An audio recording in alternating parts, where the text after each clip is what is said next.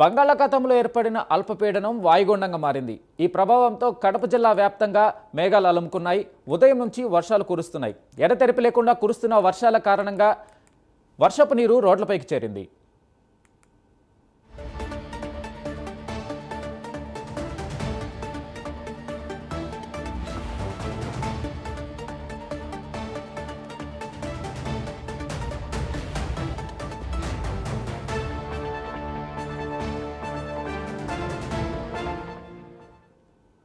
ఇక దీనిపై పూర్తి అప్డేట్స్ మా ప్రతినిధి సుధీర్ అందిస్తారు. సుధీర్, చెప్పండి, కడప జిల్లాలో వాతావరణ పరిస్థితి ఏంటి? 5 రోజుల నుంచి భారీ వర్షాలు కురుస్తున్న కారణంగా అక్కడ పరిస్థితి ఎలా ఉంది?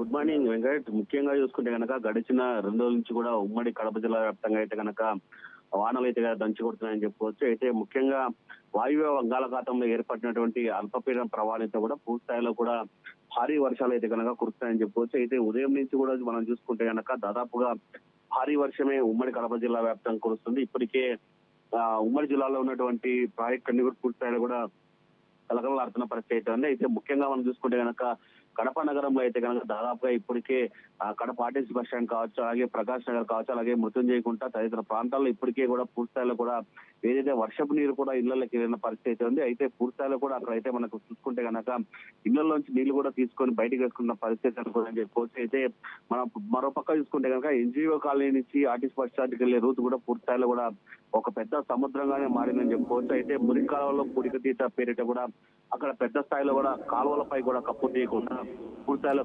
కార్పొరేషన్ అధికారులు నిర్లక్ష్యం చేయడం చెంది దీంతో ఉమ్మడి కడప జిల్లా వ్యాప్తంగా కూడా భారీ వర్షాలు అయితే కురుస్తున్నాయి Venkat. Right Sudheer, thank you.